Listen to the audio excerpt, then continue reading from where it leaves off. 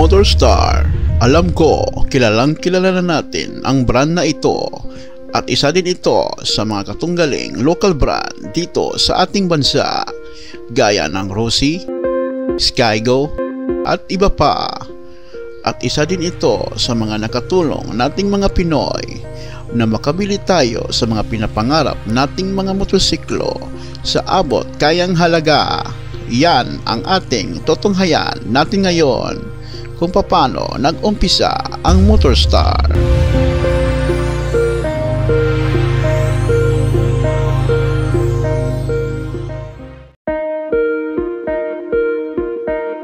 Ang Motorstar ay isang Pinoy motorcycle brand.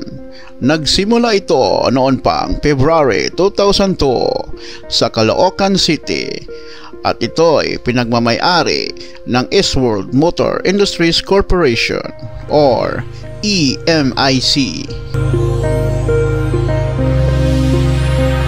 Sila ay isa ring assembler at distributor ng mga motorsiklo at mga scooter. Ang kanilang mga produkto ay galing sa China at ang kanilang mga supplier ng mga parts at accessories ay ang kumpanyang Songshin at Jialing. At syempre, isa na rin ito sa kanilang business partner hanggang ngayon.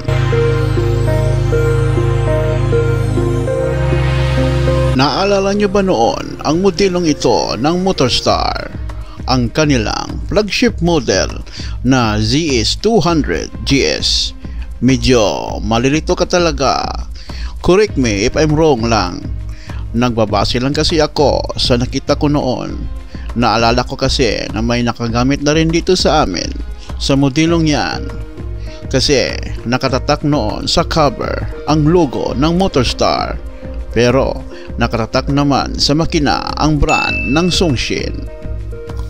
At kahit yung business type model nila, yung Star X 125cc, di ba, nakatatak din sa tangke ang Motorstar logo. Pero sa engine, nakatatak naman ang Jialing brand. Comment down below mga idol. Anong masasabi nyo sa branding style nila? Medyo nakakalito ano? Pagdating naman ng August 15, 2006, ay dito na pumasok ang MSS Cycle Trading or Motorstar South Cycle Trading. Isang Filipino-owned company na ang layunin ay mas lalo pang palawakin ang distribusyon ng kanilang produkto sa pamamagitan ng kanilang flagship product na ang Motorstar brand. At dito na nga dumagdag at lumabas ang kanilang produkto gaya ng mga tri-wheel,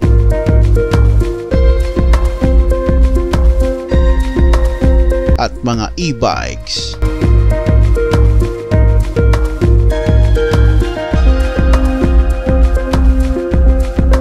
At sa ngayon, meron na silang 259 branches sa buong Pilipinas. Talagang pumatok din ang Motorstar dito sa ating bansa dahil din sa kanilang mga copycat product strategy. Aside sa proven and tested ang quality nito at syempre very affordable din talaga ang mga produkto nila. Kaya nga masasabi talaga natin na laking tulong talaga ang mga kagaya nilang mga kumpanya.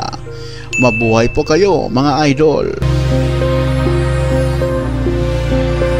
Sa totoo lang mga idol, base sa aking pananaliksik, wala talaga akong makitang detalye kung sino ang founder or nagmamay-ari at assembler ng Motorstar. Tanging ang EMIC lang talaga ang lumabas. At kahit sa MSS Cycle Trading, kung ano ang koneksyon nila sa isa't isa. Kayo mga idol, anong masasabi nyo sa video natin ngayon? At anong experience nyo sa Motorstar brand? Pakishare nyo naman sa comment section. Ano mga idol, nagustuhan nyo ba ang video natin ngayon? Kung nagustuhan mo ang video na ito, paki-like naman bilang suporta. At laking tulong din ang pag-share mo sa video ito para mas marami pang makakaalam sa channel na ito. At last na lang, Pakipindot naman ang subscribe button at notification bell para updated ka sa mga bago ko pang mga video. Aasahan ko ang suporta nyo mga idol. Maraming salamat hanggang sa muli.